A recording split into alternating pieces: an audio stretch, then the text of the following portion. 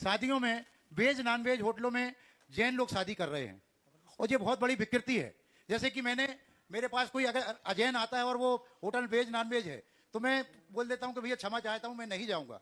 तो मैं चाहता हूं कि आप अपने मुख से एक बार ऐसा कुछ बोलें कि लोगों को थोड़ा जैन अजैन का वो मतलब निकले और देखें, जैन समाज की शादियां ऐसी जगह ना हो जहां अभक्ष भी मिलता है। ये एक बहुत ही ज्वलंत विषय। आजकल डेस्टिनेशन वेडिंग की प्रवृत्ति बहुत बढ़ गई। प्राय लोग अब अपने वैवाहिक कार्यक्रमों को दूरस्थ जाकर के ही संपन्न करते हैं। इसमें फिजूल खर्ची और अन्य चीज़ें तो है ही, लेकिन ये धार्मिक और सामाजिक दृष्टि से सर्वथा गलत है। हमारे धर्म शास्त्रों के अनुसार विवाह का कार्यक्रम किसी पुण्य आश्रम में करना चाहिए।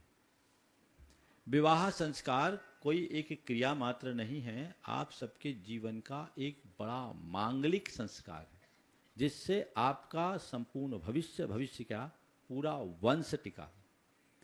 आदि पुराण में इस विषय में बड़ा स्पष्ट उल्लेख है कि ऐसे आयोजन किसी पुण्य आश्रम में होना चाहिए और सिद्ध साक्षी के, सिद्ध प्रतिमा साक्षी के, यानी आगम की इस व्यवस्था के अनुसार वैवाहिक कार्यक्रम वही होना चाहिए जहां भगवान के दर्शन भी सुलभ हो, भगवान की साक्षी हो, पुण्य आश्रम हो, पुण्य स्थल हो, ये ध्यान में रखना चाहिए।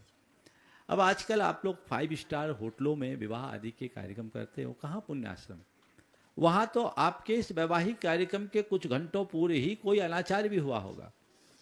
किसी ने विवाह किया हो और उसके यहाँ मांसाहार भी परोसा गया हो, यानी कुछ घंटों पहले जहां आहें और चित्कारे गूंजी हो वहां विवाह का संस्कार किया जा रहा है।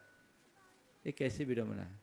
और फिर संस्कार को सिद्ध प्रतिमा साक्षी कम बोला, ऐसी जगह विवाह कर लो जिसमें शादी करने वालों को भी देव दर्शन सुलभ ना हो। रिसोर्ट्स में जो प्राय शहरों से 10-10, 20-20 किलोमीटर दूर रहते हैं, कहाँ?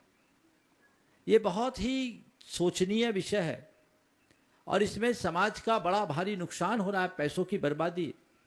पहले विवाह होता था, शादी विवाह में जो खर्चे होते थे वो लड़के लड़की पर होते थे, दहेज के रूप में आभूषण और वस्त्र आदि दिए जाते थे, उसमें खर्चा होता था।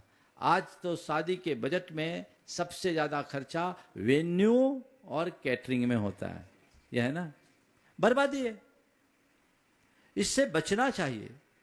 और यदि बाहर जाके वैवाहिक कार्यक्रम करने हैं तो धर्म स्थलों में करना चाहिए, वहां की मर्यादा को सुरक्षित रखते हुए। लोकल में भी हो रहे हैं महाराज। हाँ? लोकल में भी बहुत हो रहे हैं। हाँ, मैं बता रहा हूं, वहां की मर्यादाओं को बचाते हुए, धर्मस्थलों की मर्यादा को बचाकर, इस तरह वेज, नॉन वेज और अन्य प्रकार की विकृतियां जिस तरीके से प्रवर्तित होने लगी है, ये समाज का सत्यानाश करेगी। आपने कहा बहिष्कार करें, अब तो लोग बहिष्कार का ही बहिष्कार कर देंगे, क्योंकि लोगों की सोच बिगड़ गई। एक चेतना जागृत होनी चाहिए। आप अगर इस बात के लिए संकल्पित हो जाए कि इस तरह के कोई भी आयोजन होंगे, हमें सामने वाला कार्ड देने आएगा, क्या सॉरी, आपके कार्यक्रम के लिए हम अपनी सहभागिता नहीं दे पाएंगे। क्यों? आपके जिस कार्यक्रम में, जिस स्थान पर कार्यक्रम है, उस कार्यक्रम में वेज नॉन वेज सब बनता है, हम उसका अनुमोदन नहीं कर सकते। हमारे मुख से उनका अनुमोदन भी पाप का अनुमोदन है, हम पाप के भागी नहीं बन सकते। कितनी विकृतियां आ गई। अब तो शादी विवाहों में शराब के कैरेट्स भी आने लगे, कॉकटेल पार्टियां भी आने लगी। ये समाज के संपन्न होने का द्योतक है या सब दिखने का उपहार? ये लोगों को सोचना चाहिए। ये बहुत ही गंभीर और चिंतनीय विषय है।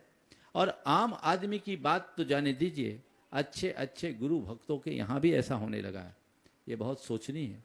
मुझे तो वह सुन करके बेहद वेदना हुई थी। आज से कुछ वर्ष पूर्व एक महानगर में, आप लोगों के यहाँ एक चलन है कि विवाह के कार्ड को भगवान के मंदिर में रखते हैं, गुरुओं को भी देते हैं। तो आजकल कई तरह के कार्ड आते हैं।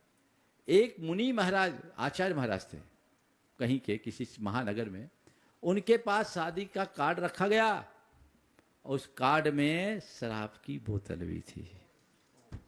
ये आज का ये विकृत तस्वीर है।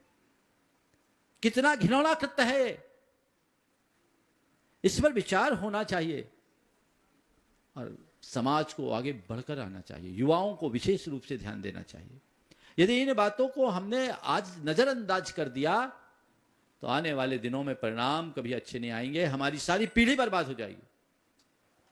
इसलिए सबको आगे आकर बढ़ना चाहिए, लेकिन लोग बड़े छोटों का भेद देख करके चलो भाई चलता है चलता है चलता है कहकर अपने पूरे संस्कारों को चलता कर रहे हैं, ये अच्छी बात नहीं है। एक अलग जगनी चाहिए और इस तरह के कार्यक्रमों का सामाजिक रूप से पूर्ण निषेध होना चाहिए और हम व्यक्तिगत रूप से उसको कहें हम इसमें सम्मिलित नहीं होंगे। लोग जाना बंद कर देंगे तो सामने वाला ऐसे ही कम हो जाएगा। ऐसे भी आजकल इस तरह के कार्यक्रमों में लोग बहुत थोड़े लोगों को ही ले जा पाते हैं, तो आप जाएंगे नहीं, उनको भी आराम मिल जाएगा, ठीक है, आपका भी काम बन जाएगा, ये प्रयास कर सकते हैं। हम लोग महासंघ से ये कदम उठा सकते हैं महाराज बिल्कुल, महासंघ ये प्रण ले कि महासंघ के किसी सदस्य के यहाँ ऐसा कार्यक्रम हम नहीं लोग होगा। संकल्प ले रहे हैं महाराज बहुत जी। सुंदर, बहुत सारे सुंदर। लोग संकल्प और लें। मुझे बहुत प्रसन्नता है, दिन में शादी दिन में भोज का उद्घोष जबलपुर से हुआ था, ये भी अगर कहीं संयोग बना तो इतिहास बनेगा और एक बहुत अच्छी बात होगी। नमस्ते महाराज जी। बस